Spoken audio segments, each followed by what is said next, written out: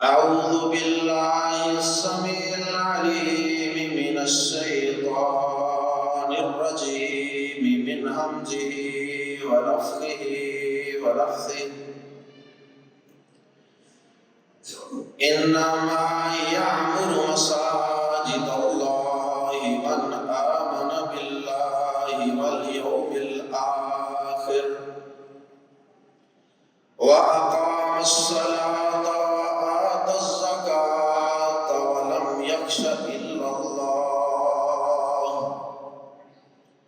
فعسى أولئك أن يكونوا من المهتدين۔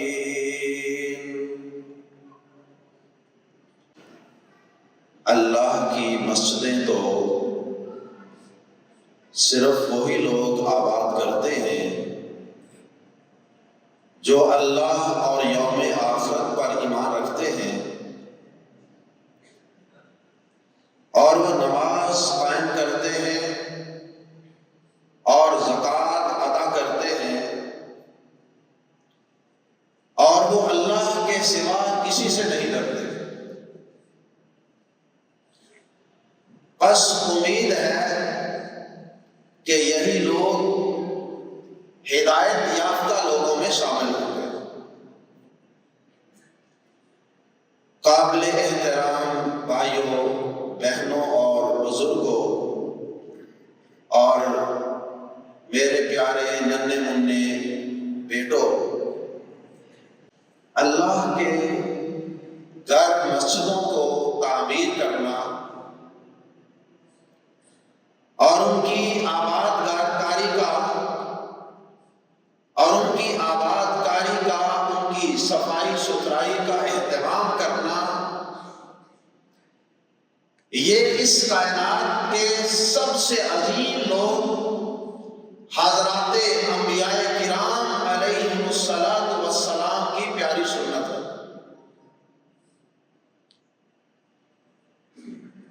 اگر کوئی بڑا شخص کسی کام کو کرتا ہے تو اس کا مطلب یہ ہوتا ہے کہ وہ کام بھی بڑا عظیم ہے۔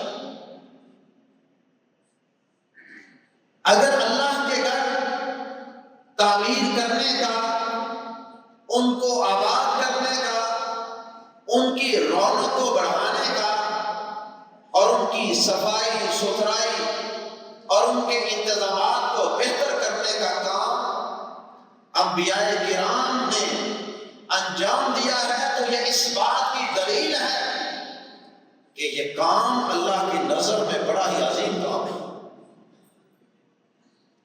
اس زمین میں سب سے پہلا گھر جو تعمیر ہوا وہ کسی انسان کا گھر نہیں تھا، وہ کوئی ایوان یا کوئی اسمبلی کی بلڈنگ نہیں تھی، وہ کوئی ہاسپٹل یا کوئی ویلفیئر کا کوئی مرکز اور سینٹر نہیں تھا۔ اگر اس زمین پہ اس زمین کے خالق اور مالک نے سب سے پہلے کسی چیز کی تعمیر کو پسند کیا ہے تو وہ اللہ کا گھر ہے، اللہ کی مسجد۔ سورۃ البقرہ، سورہ آل عمران اس بات پہ گواہ ہے۔ اللہ رب العزت قرآن مجید میں فرماتے ہیں ان اول بیت وضع للناس للذی ببکۃ مبارکا وہدی۔ اس زمین پہ سب سے پہلا گھر جو لوگوں کی خاطر بنایا گیا تھا وہ گھر ہے جو مکہ مکرمہ کے اندر بیت اللہ کے نام سے، مسجد حرام کے نام سے معروف اور مشہور ہے۔ اور یہاں اللہ رب العزت نے یہ اشارہ بھی فرما دیا وضع للناس، یہ گھر لوگوں کی خاطر بنایا گیا تھا۔ لوگ اللہ کے گھروں کا رخ کریں، لوگ اللہ کے گھروں سے جڑ جائیں، لوگ اللہ کے گھروں کی تعمیر کریں اور ان کی آباد کاری کریں، ان کی خوبصورتی، ان کی صفائی، ان کی ستھرائی، ان کو خوشبودار اور معطر رکھیں لوگوں کی خاطر۔ اور اگر کوئی اللہ کا گھر لوگوں کے لیے نہیں ہے، لوگوں کی ویلفیئر، لوگوں کی فلاح و بہبود کے لیے نہیں ہے، معاشرے کی اصلاح کے لیے نہیں ہے، معاشرے کی بہتری اور بیٹرمنٹ کے لیے نہیں ہے، تو سمجھیے کہ وہ مسجد، وہ اللہ کے نام پہ بنایا جانے والا گھر، وہ اپنا مقصد صحیح طرح سے پورا نہیں کر رہا۔ تو سب سے پہلا گھر اس زمین پہ لوگوں کی خاطر جو بنایا گیا تھا وہ اللہ کا گھر ہے، جو مکہ مکرمہ میں ہے، جسے ہم خانہ کعبہ کے نام سے، مسجد حرام کے نام سے جانتے ہیں۔ اور یہ سب سے پہلا گھر، اگرچہ علماء کرام کے کئی اقوال ہیں، لیکن زیادہ راجح قول یہ ہے، زیادہ مدلل قول یہ ہے کہ سب سے پہلا گھر اس زمین پر ہم سب کے بابا حضرت آدم علیہ السلام نے تعمیر کیا تھا، مکہ مکرمہ کے۔ اور پھر اس کے بعد حضرت آدم علیہ السلام ہی نے اللہ کا دوسرا گھر ملک شام میں، جسے فلسطین کہتے ہیں، وہاں پہ مسجد اقصیٰ کے نام سے تعمیر کیا تھا۔ پیارے نبی صلی اللہ علیہ وسلم نے جب اس بات کا اپنے الفاظ میں تذکرہ کیا تو صحابہ کرام نے پوچھا، اے اللہ کے نبی صلی اللہ علیہ وسلم، دونوں کی تعمیر میں کتنا فاصلہ تھا، کتنا گیپ تھا؟ نبی صلی اللہ علیہ وسلم نے فرمایا 40 سال کا وقفہ تھا۔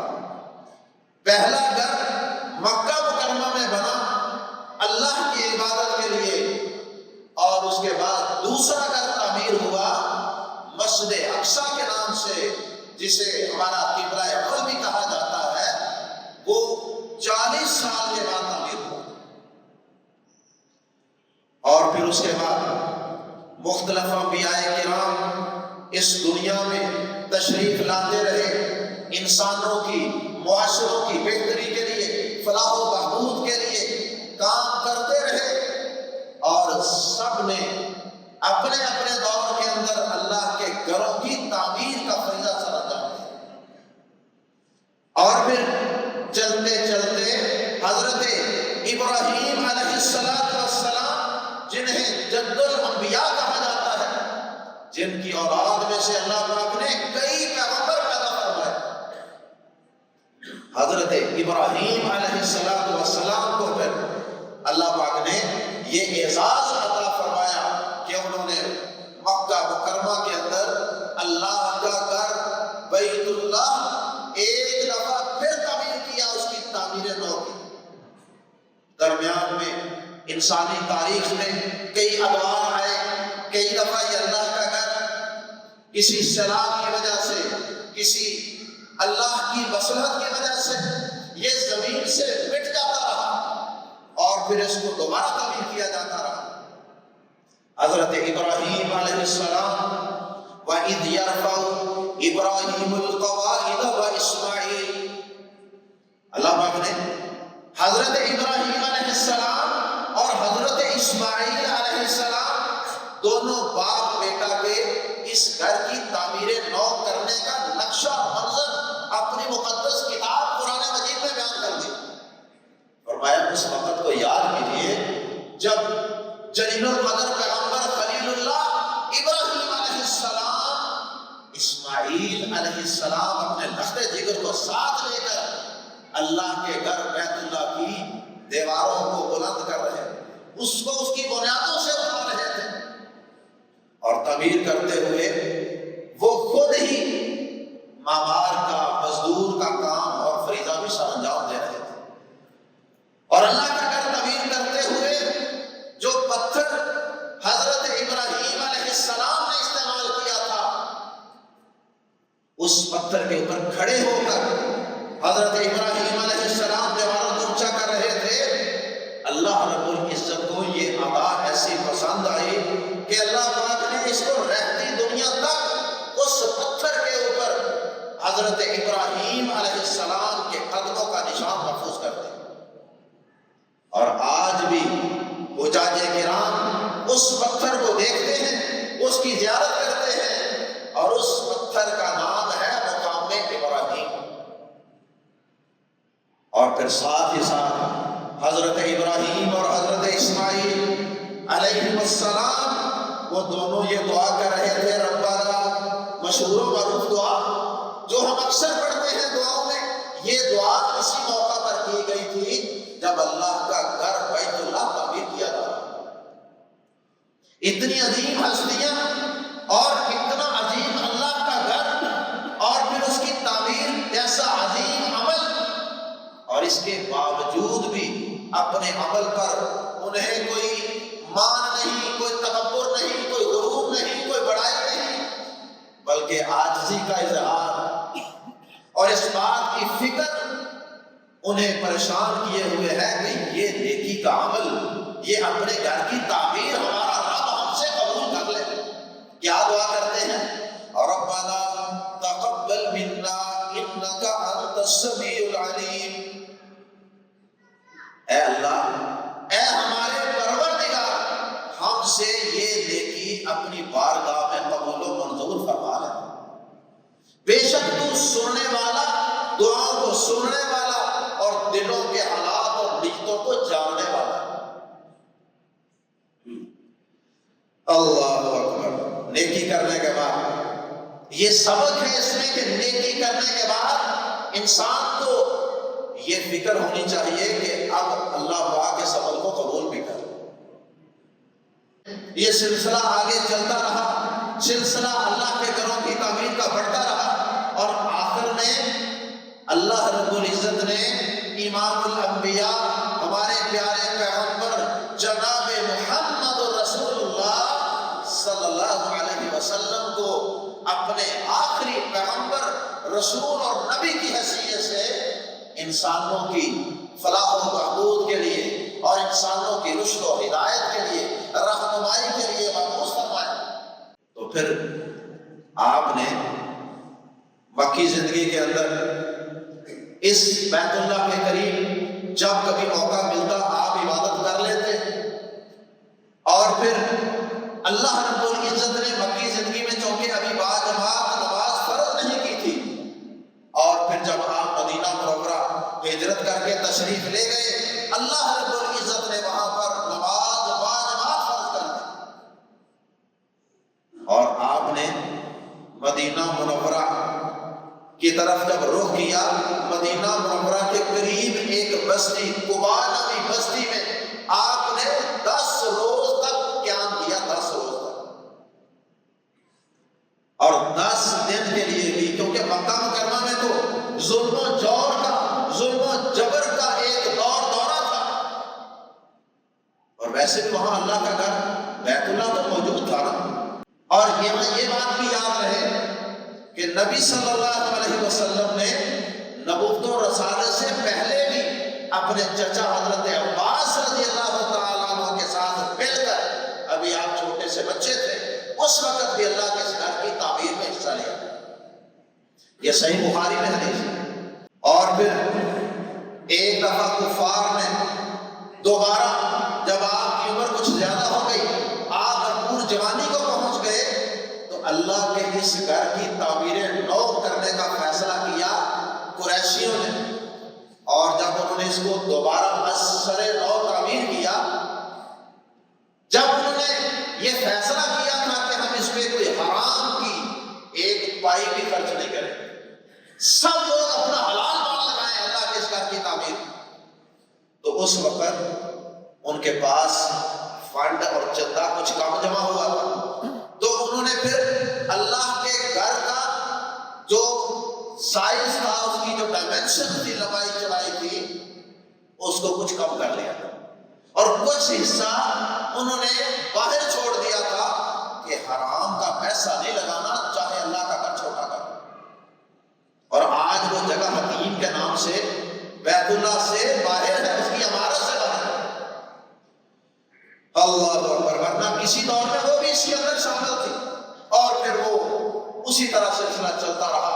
اللہ کے نبی صلی اللہ علیہ وسلم نے ایک دفعہ اس خواہش کا اظہار بھی فرمایا تھا کہ عائشہ میرا جی تو چاہتا ہے کہ میں اللہ کے گھر کو اس کی اصل عمارتوں پر دوبارہ تعمیر کروں، حتیم کا جو ایریا ہے اس کو بھی اندر شامل کروں، لیکن میں اس وجہ سے یہ نہیں کر رہا کہ آپ کی قوم کے لوگ پریشان ہوں کہ دیکھو جی یہ محمد صلی اللہ علیہ وسلم انہوں نے ہر چیز بدل دی ہے، کیونکہ عام طور پر لوگ تبدیلی کو قبول نہیں کرتے، نئی چیز بے شک وہ اچھی ہو اس کو قبول نہیں کرتے، تو جس پہ سال ہر سال سے ان کے موجودات چل رہے ہوتے ہیں اسی کو پسند کرتے ہیں، تو آپ نے پھر اس وجہ سے اس بیت اللہ کو اس کی بنیادوں پر ہی رہنے دیا۔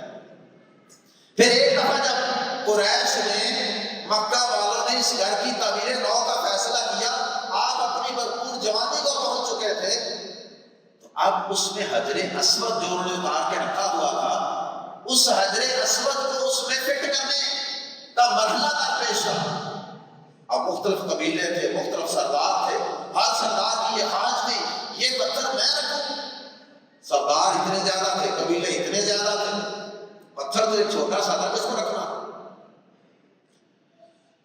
اب انہوں نے فیصلہ یہ کیا جیسا ہم پورا دادی کرتے ہیں تو پورا ڈالو، انہوں نے بھی اسی قسم کی پورا ڈالی، چلو اس طرح کرو کہ جو سب سے پہلے اس طرف سے، اس دروازے سے، اس درے سے جو شخص صبح سب سے پہلے اندر داخل ہوگا نا، ہم اس کو یہ اعزاز عطا کر دیں، اس کو اپنا فیصل مان لیں گے، وہ فیصلہ کرے گا ہمارا کہ اس پتھر کو کون رکھے۔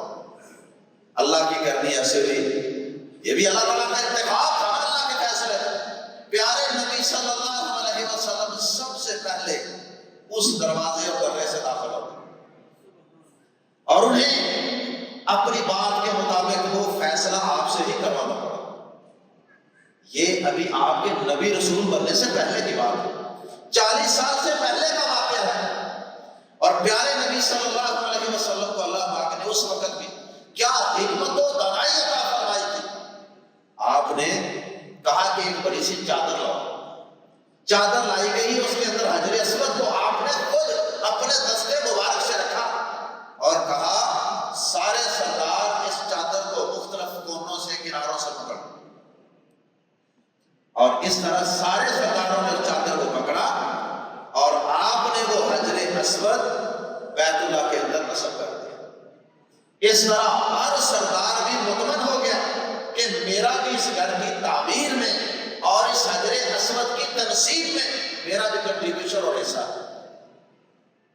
اور پھر آپ جب ہجرت کر کے مدینہ منورہ تشریف لے گئے، قباء میں 10 دن قیام کیا، تو وہاں 10 دنوں کے اندر بھی آپ نے اللہ کا گھر تعمیر کیے بغیر وقت نہیں گزارا، وہاں مسجد قباء تعمیر کر دی 10 دنوں کے اندر، اور پھر وہاں پہ نمازیں پڑھی۔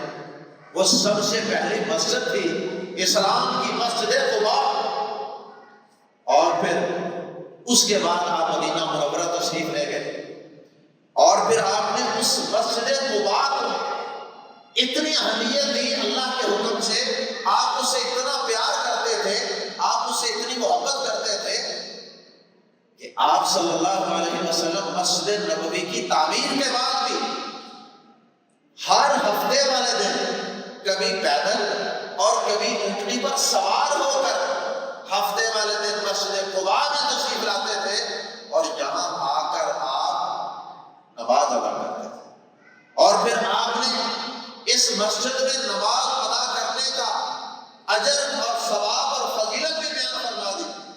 بعد میں آنے والے لوگوں کے لیے فرمایا کہ جو شخص مسجد قباء میں نماز پڑھے گا، اللہ پاک اس کو ایک عمرے کے برابر اجر و ثواب عطا فرمائے۔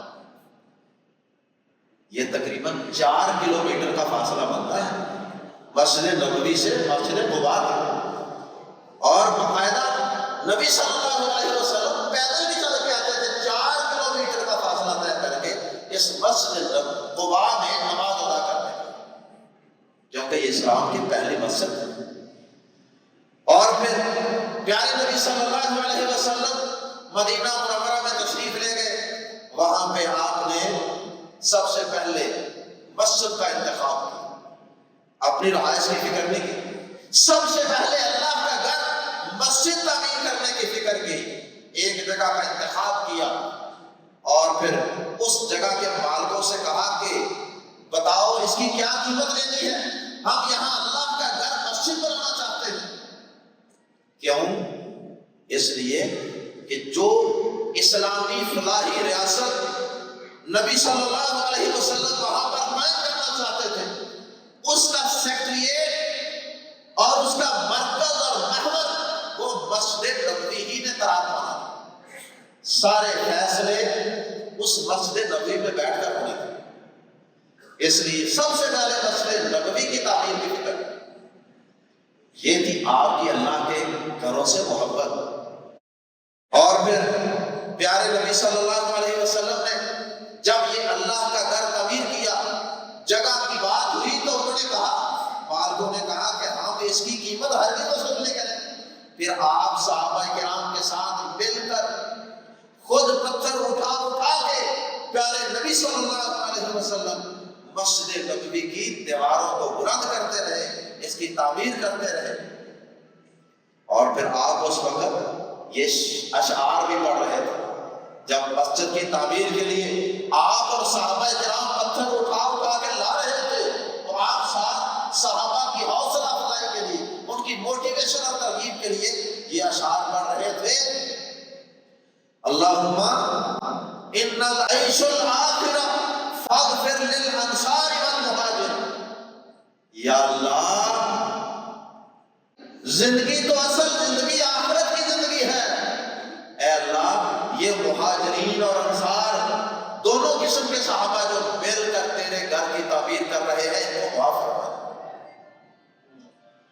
اور پھر اللہ کے پیارے نبی صلی اللہ علیہ وسلم نے مسجد کے اندر اللہ کے حکم سے باجماعت نماز پڑھنا شروع کر دی، اور پھر آپ نے یہ مسجد تعمیر کرنے کے بعد آئندہ قیامت تک آنے والے لوگوں کو بھی مسجد تعمیر کرنے کے لیے ترغیب دی، اور اس کا اجر و ثواب بیان فرمایا۔ صحیح بخاری میں حدیث ہے، عثمان بن عفان رضی اللہ تعالیٰ عنہ جب فیصلہ کیا نبی صلی اللہ علیہ وسلم کی حیات طیبہ کے بعد مسجد نبوی کی توسیع کا فیصلہ کیا، اس کی تعمیر نو کا فیصلہ کیا، تو کچھ لوگوں کو اس پہ تھوڑا سا تردد ہوا، کچھ لوگوں نے اعتراض کیا کہ یہ اللہ کے نبی صلی اللہ علیہ وسلم کے ہاتھوں سے بنی ہوئی مسجد آپ اس کو گرا دیں گے، آپ اس کو دوبارہ تعمیر کریں، تھوڑا سا پریشان ہوئے۔ تو حضرت عثمان رضی اللہ تعالیٰ عنہ نے پھر اس وقت یہ حدیث سنائی تھی، صحیح بخاری کے الفاظ ہیں، من بنا للہ تعالی مسجدا وبنى اللہ له بیتا فی الجنہ۔ آپ نے کہا میں نے اللہ کے رسول صلی اللہ علیہ وسلم سے یہ فرمان سنا ہوا ہے کہ جو بھی کوئی اللہ کا گھر مسجد صرف اللہ کی رضا کی خاطر تعمیر کرے گا، اللہ اس کے لیے جنت میں ایک محل تعمیر کر دے گا۔ اور ایک حدیث میں تو یہاں تک الفاظ ہیں کہ جو شخص اللہ کا وہ گھر تعمیر کرے، چاہے وہ کسی پرندے کے گھونسلے کے برابر ہی کیوں نہ ہو، مطلب مبالغہ ہے اس چیز میں کہ بے شک وہ انتہائی چھوٹا سا اللہ کا گھر ہی کیوں نہ ہو۔ اللہ کا گھر چھوٹا تعمیر کیا، لیکن اللہ کی رحمت تو چھوٹی نہیں ہے، وہ تو بڑی وسیع ہے۔ اللہ اکبر۔ اور پھر پیارے نبی صلی اللہ علیہ وسلم نے اللہ رب العزت کی مسجدوں کے حوالے سے پسند کا تذکرہ بھی فرما دیا، یہ بھی بتا دیا کہ اس زمین پر اللہ رب العزت کو سب سے محبوب جگہ کون سی ہے۔ پیارے نبی صلی اللہ علیہ وسلم نے فرمایا، صحیح مسلم کی حدیث ہے، فرمایا احب البلاد الی اللہ، احب البلاد الی اللہ مساجدها وابغض البلاد الی اللہ اسواقها، او کما قال صلی اللہ علیہ وسلم۔ اس پوری زمین پر جو سب سے زیادہ محبوب اور پیاری جگہ اللہ کی نظر میں ہے وہ اللہ کی مسجدیں ہیں۔ پوری زمین میں اللہ پاک کو جو سب سے پیارا زمین کا ٹکڑا لگتا ہے وہ اللہ کی رضا کے لیے تعمیر کی گئی مسجدیں اور اللہ کے گھر ہیں۔ اور اس زمین پہ سب سے ناپسندیدہ جگہ ہے اللہ کی نظر میں وہ بازار ہے، بازار جہاں خرید و فروخت ہو رہی ہوتی ہے۔ اکثر لوگ وہاں نمازیں بھی ضائع کر رہے ہوتے ہیں، اکثر لوگ وہاں ایمان کے سودے بھی کر رہے ہوتے ہیں، جھوٹی قسمیں بھی اٹھا رہے ہوتے ہیں، دھوکے اور فریب بھی کر رہے ہوتے ہیں۔ سب سے ناپسندیدہ جگہ بازار اور سب سے پسندیدہ جگہ وہ اللہ کے گھر مسجد۔ تو زیادہ وقت کدھر گزارنا چاہیے؟ بازاروں میں گھوم پھر کر، یا زیادہ وقت اللہ کے گھروں میں گزارنا چاہیے؟ یقیناً اللہ کے گھروں میں زیادہ وقت گزارنے کی کوشش کرنی چاہیے۔ پیارے نبی صلی اللہ علیہ وسلم نے فرمایا، صحیح بخاری میں لمبی حدیث، آپ نے فرمایا کہ 7 قسم کے لوگ ہیں جنہیں کل قیامت کے دن جب کوئی سایہ نہیں ہوگا، سورج بالکل قریب ہوگا، لوگ اپنے پسینے میں شرابور ہوں گے، اللہ پاک اس دن جب کوئی سایہ نہیں ہوگا 7 قسم کے لوگوں کو اپنے عرش کا سایہ نصیب فرمائیں گے۔ اور ان 7 قسم کے لوگوں میں ایک وہ شخص ہے، ایک وہ آدمی ہے، وہ مسلمان ہے، وَرَجُلٌ قَلْبُهُ مُعَلَّقٌ بِالْمَسْجِدِ، جس کا دل اللہ کے گھر مسجد کے ساتھ جڑا ہوا، اس کا دل مسجد سے جڑا ہوا ہے، معلق ہے، ہر وقت اس کا دل مسجد میں ہی لٹکا رہتا ہے۔ نماز پڑھ کے گھر بھی چلا جاتا ہے، دکان میں بھی چلا جاتا ہے، کاروبار بھی کرتا ہے، دنیا کے معاملات بھی چلاتا ہے، بیوی بچوں کی ضروریات بھی پوری کرتا ہے، رزق حلال بھی کماتا ہے، سارا کچھ کرتا ہے، لیکن جہاں بھی بیٹھا ہوتا ہے دھیان کدھر ہے؟ نماز میں کتنا وقت رہ گیا؟ مسجد میں پہنچنا ہے، فلاں مسجد میں، سفر میں بھی ہے، ہر وقت خیال رکھتا ہے یہاں ایک مسجد آتی ہے، کہاں پہ مسجد آئے گی، وہاں جماعت کتنے بجے ہے، ہمیں نماز پڑھنی ہے، ہمیں اپنا سٹے کرنا ہے، وہاں پہ اسٹاپ کرنا ہے، ہر وقت دل مسجد کے ساتھ جڑا ہوا۔ یہ نہیں ہے کہ بس مسجد سے باہر نکلے تو سارا کچھ بھول گئے، کریں کام دنیا کے، لیکن اپنے دل و دماغ پہ اگر حاوی رکھنا ہے تو وہ اللہ کے گھروں کو، اللہ کے ذکر کو رکھنا۔ اور پھر پیارے نبی صلی اللہ علیہ وسلم نے فرمایا، المسجد بیت کل تقی، علامہ ناصر الدین البانی رحمہ اللہ سلسلہ صحیحہ کے اندر یہ روایت نقل فرمائی اور اس کو صحیح قرار دیا، المسجد بیت کل تقی، مسجد ہر متقی اور پرہیزگار کا گھر ہے۔ اس صرف اللہ کا گھر ہی نہیں ہے، یہ ہر متقی اور ہر پرہیزگار کا گھر ہے مسجد۔ اور پھر عربی زبان میں کسی نے کہا کہ المؤمن فی المسجد کالسمک فی الماء، مومن کی مثال مسجد میں ایسے ہوتی ہے جیسے مچھلی پانی، اور مومن کی مثال مسجد میں ایسے ہے جیسے مچھلی پانی میں ہے، اور مسجد سے باہر مومن کی مثال ایسے ہی ہوتی ہے جیسے مچھلی پانی سے باہر کھڑکتی ہے۔ ہر وقت دل مسجد کی طرف، مسجد کی صفائی، مسجد کی ستھرائی، مسجد کی تعمیر، مسجد کی آباد کاری، مسجد کو معطر کرنا، اس میں خوشبو لگانا، لوگوں کی سہولیات کے لیے بندوبست کرنا، ہر وقت ان چیزوں کی طرف اس کا دھیان رہتا ہے، اس کی فکر رہتی ہے۔ اللہ اکبر۔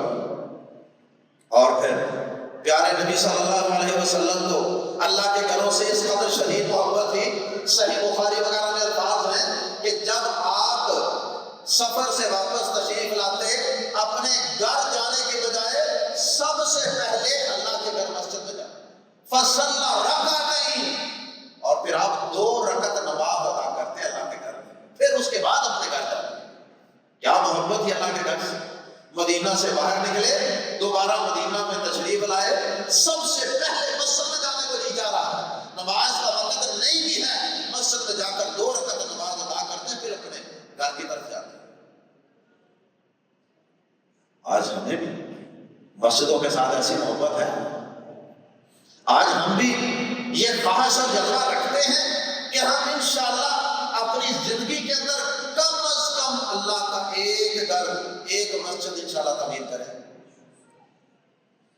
کیا ہماری یہ خواہش ہے؟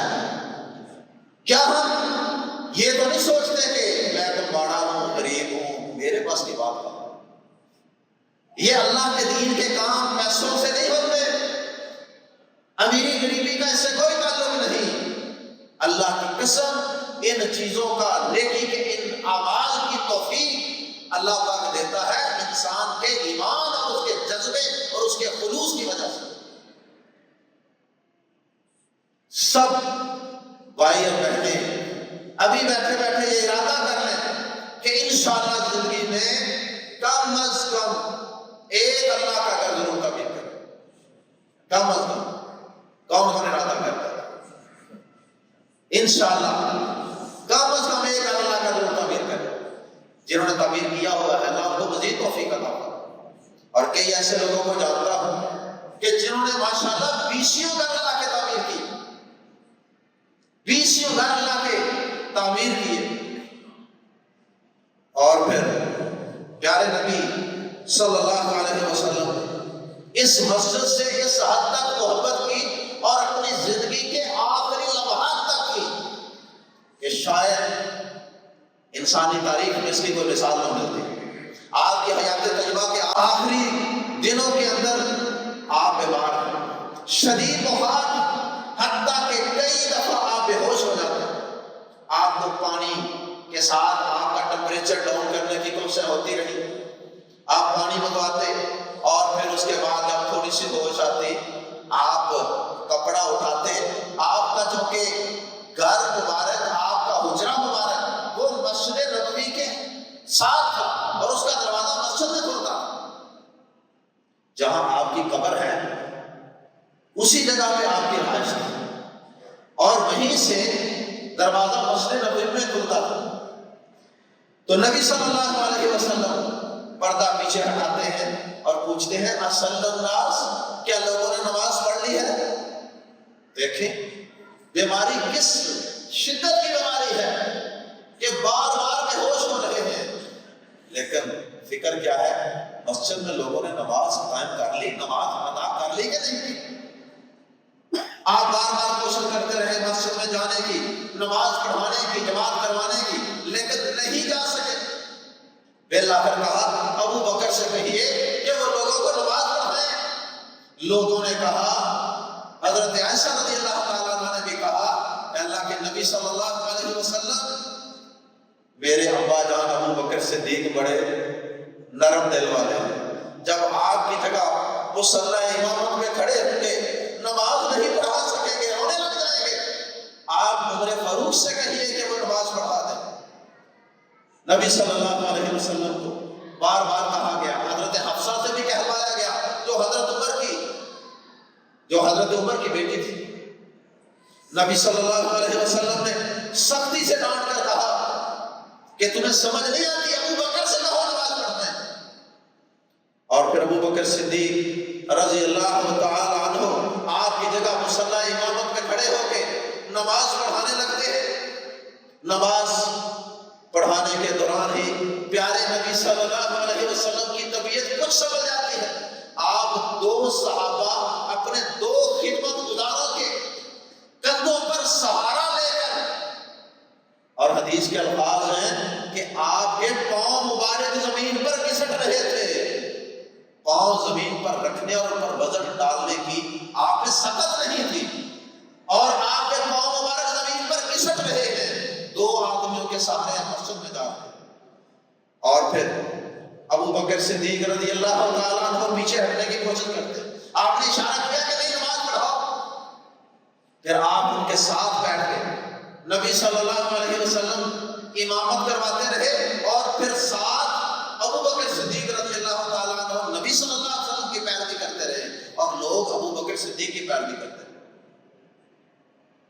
زندگی کے آخری لمحات تک مسجد کے ساتھ اس قدر شدید محبت، کیا مجھے اور آپ کو اللہ کے گھروں سے مسجدوں سے اتنی محبت ہے؟ ہم تو چھوٹی چھوٹی باتوں میں واجبات نماز کو ترک کر دیتے ہیں، چھوٹی چھوٹی باتوں میں نماز واجبات کو ترک کر دیتے ہیں۔ پیارے نبی صلی اللہ علیہ وسلم نے تو اس نبی نے کو بھی اجازت نہیں دی تھی گھر میں نماز پڑھنے کی جس نے بڑے عذر بیان کیے تھے، میں بوڑھا ہو گیا، میری بینائی نہیں، مجھے کوئی لانے والا نہیں، رستہ بڑا دشوار گزار ہے۔ آپ نے کہا تھا نہیں اذان سنتا ہے؟ اس نے کہا ہاں سنتا ہوں۔ فرمایا کہ پھر تمہیں جواب دینا ہوگا، یعنی اس اذان پر لبیک کہتے ہوئے مسجد میں آنا ہوگا۔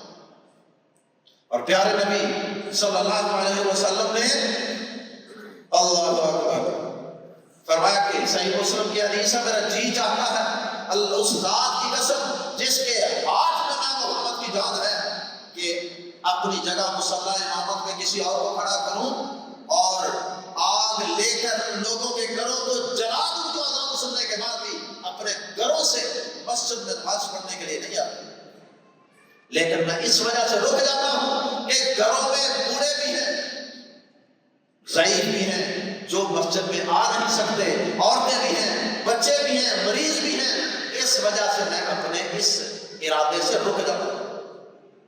اور پھر پیارے نبی صلی اللہ علیہ وسلم نے ان مسجدوں میں جو گھر سے باوضو ہو کر مسجد میں آتا ہے ایک ایک قدم پر ایک ایک درجہ بلند کرنے کی خوشخبری سنا، ایک قدم پر ایک درجہ بلند ہوتا ہے، ہر قدم پر ایک گناہ معاف ہوتا ہے۔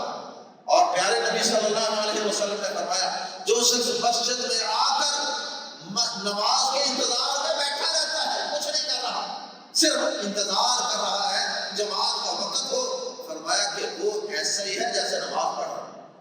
پھر نماز پڑھنے کے بعد جو شخص اسی جگہ پر بیٹھ کر نماز ادا کرنے کے بعد باوضو حالت میں بیٹھا رہے، کسی کو تکلیف نہ پہنچائے اور آرام سے بیٹھا رہے، اللہ کا ذکر کرتا رہے، پیارے نبی صلی اللہ علیہ وسلم نے فرمایا کہ صحیح بخاری کی حدیث ہے اللہ پاک اس شخص کے لیے فرشتے مقرر کر دیتے ہیں جو جب تک وہ بیٹھا رہتا ہے اس کے لیے دعا کرتے رہتے ہیں، اللہم اغفر لہ ورحمہ، اللہم اغفر لہ، اللہم ارحمہ، اللہ اس کو معاف کر دے، اللہ اپنے اس بندے کو رحم فرمائے۔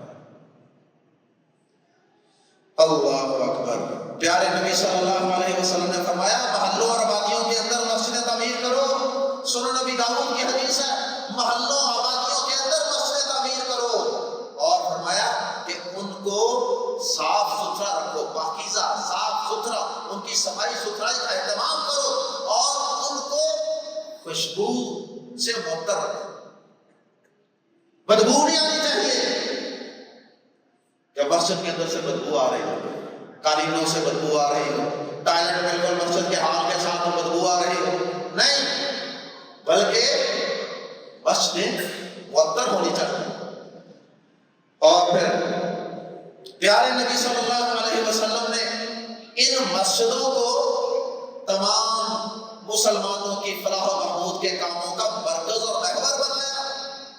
بدقسمتی سے آج مسلمانوں نے ان مسجدوں کو صرف اور صرف 5 وقت نماز کا مرکز اور 5 وقت نماز پڑھنے کی جگہ سمجھ لی ہے۔ نماز سے کئی مسجدوں کے باہر میں نے دیکھا نماز اذان ہونے سے تھوڑی دیر پہلے آدمی باہر کھڑے ہیں، یہ مسجد کب کھلے؟ مسجد کو تالا لگا، اور نماز ختم ہونے کے بعد تو اکثر مسجدوں میں ایسا ہوتا ہے کہ جناب لائٹیں پنکھے مسجد کے خادم صاحب بند کرنا شروع کر دیتے ہیں، مقصد کیا ہوتا ہے؟ نکلو۔ اور یہاں ایک بہت بڑی مسجد شہر کے اندر، وہاں پہ بھی میں نے دیکھا اور بھی کئی مسجدوں میں دیکھا کہ باقاعدہ عشاء کی نماز کے بعد مسجد کے خادم وہ مسجد کے مین گیٹ کو کنڈی لگا لیتے ہیں، جب تھوڑے سے نمازی رہ جاتے ہیں نا 10-15 کنڈی لگا لیتے ہیں۔ کنڈی کیوں لگاتے ہیں؟ اس لیے کہ اندر کے لوگوں کو تو میں ایک ایک کر کے باہر نکالتا جاؤں گا، لیکن کوئی نیا بندہ اندر نہ آ جائے نماز پڑھنے کے۔ اور مسجد ہے بالکل مارکیٹ کے اندر۔ اب ظاہر ہے جو مارکیٹ کے اندر مسجد ہے، جو کسی اڈے پہ چوک چوراہے میں مسجد ہے، وہاں تو نمازی آتے جاتے رہتے ہیں، مسافر ہے، کسی کو کسی وقت ٹائم ملا، کسی کی نماز مس ہو گئی، لوگ بار بار چاہتے ہیں اس مسجد میں آ کے نماز پڑھیں، لیکن خادم صاحب ہیں بار بار کنڈی لگاتے ہیں، جب کوئی بندہ فارغ ہوتا ہے تھوڑی سی کنڈی کھول کے اس کو باہر نکال کے فوری کنڈی لگا لیتے ہیں۔ یہ ہمارے رویے ہیں بچوں کے حوالے سے۔ اللہ اکبر۔ اور ویسے تو پہلے ماحول ایسا بنا دیا جاتا ہے کہ لائٹیں شائٹیں پنکھے سے بند کرنے شروع کر دو، بندہ ویسے ہی شرمندگی کے ساتھ اٹھ کے چلا جاتا ہے کہ یار چلو اگر باقی کام گھر میں جا کے کر۔ اگر کوئی مسجد میں بیٹھتا ہے، مسجد میں نماز پڑھنے کے لیے آنا چاہتا ہے، اس کے لیے مسجدوں کے دروازے 24 گھنٹے کھلے ہونے چاہیے۔ مسجدوں کی انتظامیہ کو اس بات کی فکر ہونی چاہیے کہ ہماری مسجدیں 24 گھنٹے آباد رکھیں، ایسا انتظام کریں، ایک ہی بجائے 2 آدمی رکھ لیں۔ بھائی آپ کی صبح کی ڈیوٹی ہے، آپ کی نائٹ ڈیوٹی۔ کارخانوں، فیکٹریوں، دکانوں میں بھی تو ہم ایسا کرتے ہیں نا، تو اللہ کے گھر میں ایسا کیوں نہیں ہو سکتا؟ اور پھر اللہ اکبر، پیارے نبی صلی اللہ علیہ وسلم کے دور کی مسجد جو تھی مسجد نبوی، اس کا تو کردار کچھ اور تھا۔ وہاں پہ تو پیارے نبی صلی اللہ علیہ وسلم نماز جنازہ بھی پڑھاتے ہیں۔ صحیح بخاری میں، دیگر کتب میں حدیث موجود ہے۔ آج بہت سے لوگ مسجد میں نماز جنازہ بھی پڑھانے کی اجازت ہے۔ اللہ کے گھر میں جنازہ نہیں ہے، میت نہیں لے گیا۔ اللہ اکبر۔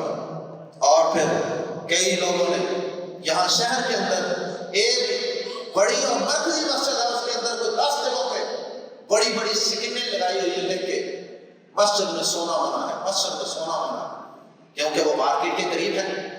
اور مارکیٹ دوپہر کو گرمی کے وقت بیچارے مزدور، کوئی ریڑھی والا، کوئی دکان والا، کوئی ورکر، بریک ہوئی گھنٹے کی، اور وہ کہتا چلو جا کے نماز پڑھ لیں، چلو ساتھ تھوڑی سی کمر سیدھی کر لیں، لیکن جگہ جگہ لکھ کے لگایا ہے سونا منع ہے۔ عبداللہ بن عمر رضی اللہ تعالیٰ عنہ فرماتے ہیں، صحیح بخاری مسلم میں حدیث ہے، کہتے ہیں کہ میرے ابھی بیوی بچے نہیں تھے، اور اللہ کے رسول صلی اللہ علیہ وسلم کے دور مبارک میں میں رات مسجد نبوی میں گزارا، رات کو مسجد میں سوتا ہوں۔ پیارے نبی صلی اللہ علیہ وسلم مسجد کے اندر غمی، خوشی، نکاح، حتیٰ کہ عدالتی فیصلے وہ آپ مسجد کے اندر پرے پنچایت بھی لگایا کرتے تھے۔ اور پھر پیارے نبی صلی اللہ علیہ وسلم کی مسجد کے دروازے صرف اپنے مسلمانوں کے لیے کھلے نہیں ہوتے تھے، بیگانوں کے لیے، کافروں کے لیے بھی کھلے ہوتے تھے۔ وفد آتے تھے، آپ سے ملاقات کرتے تھے۔ اور صحیح بخاری کی حدیث ہے، ثمامہ بن اسعد رضی اللہ تعالیٰ عنہ جو مسلمان نہیں تھے، آپ نے ایک چھوٹا سا دستہ بھیجا ان کو گرفتار کرنے کے لیے۔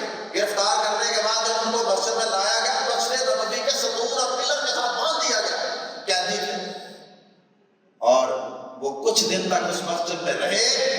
اور پھر آپ صلی اللہ علیہ وسلم کا رویہ برتاؤ بھی دیکھا، صحابہ کا رویہ برتاؤ، عبادات، معاملات، سارا کچھ دیکھا۔ ایسے متاثر ہوئے کہ آپ نے جب تیسرے دن کہا نا کہ ثمامہ کی زنجیریں کھول کے اس کو آزاد کر دو، تو قریبی باغ میں گئے، غسل کر کے دوبارہ مسجد میں آئے، آ کے کہنے لگے کہ آپ نے میرے ہاتھوں پاؤں کی بیڑیاں تو کھول دی ہیں، لیکن میرے دل کو بیڑیاں آپ نے ڈال دی ہیں۔ اشہد ان لا الہ الا اللہ و اشہد ان محمد رسول اللہ صلی اللہ علیہ وسلم پڑھ کر مسلمان ہو۔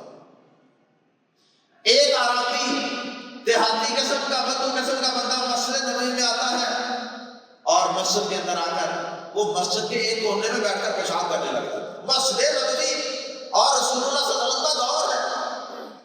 صحابہ اٹھے اس کو ڈانٹنے کے لیے، پکڑنے کے لیے، روکنے کے لیے، پکڑو کر۔ نبی صلی اللہ علیہ وسلم نے سب کو روک دیا، بیٹھ۔ پیشاب اس نے کرنا تھا وہ تو کر چکا، مسجد کو اس نے ناپاک کرنا تھا وہ کر چکا، اب اس کو درمیان میں مت رکھو، تکلیف دے، تو آپ اس کو کر لینے دو پیشاب۔ جب اس نے پیشاب کر لیا، آپ نے اس کو اپنے قریب بلایا، محبت سے، شفقت سے، نہایت نرمی سے اسے سمجھایا کہ اللہ کے گھر اس کام کے لیے نہیں ہوتے، اللہ کے گھر نماز کے لیے، تلاوت کے لیے، ذکر اذکار کے لیے ہوتے ہیں، یہ کام مسجد میں نہیں کرتے۔ اس کو سمجھایا، اور پانی کی بالٹی منگوا کر، کچی زمین تھی جہاں پیشاب کیا، پانی بہا دیا، مسجد بھی پاک کر دی، اور اس شخص کی جہالت اور نادانی کا بھی علاج کر دیا محبت اور شفقت کے ساتھ۔ کیا ہمارا بھی مسجدوں کے اندر یہی ہوتا ہے؟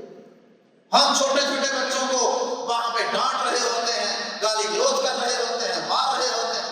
میں نے خود مسجدوں میں سنا، اے خبردار ہے کہ بات مسجد کہاں آ جاؤ تم، نکل جاؤ.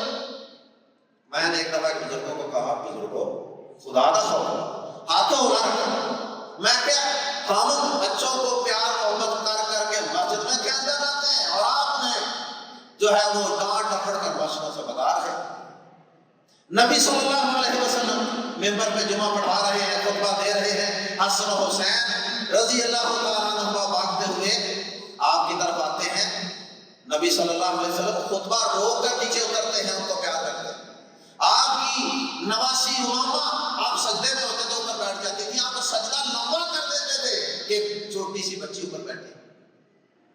اور پھر ہمارا حال، کوئی بچہ چھوٹا سا بچہ جوتا لے کے آج ڈانٹتے ہیں، ممبر پہ چڑھ کے تقریر کرنے کے لیے اس کو ڈانٹتے ہیں، مصلی امام کے مصلی پہ چڑھ کے ڈانٹتے ہیں. پہلے سامنے کھڑا ہو جائے اس کو ایسے پکڑ کے کپڑے سے پیچھے بیٹھتے ہیں جیسے آٹے میں سے مال نکال کر بیٹھا جائے.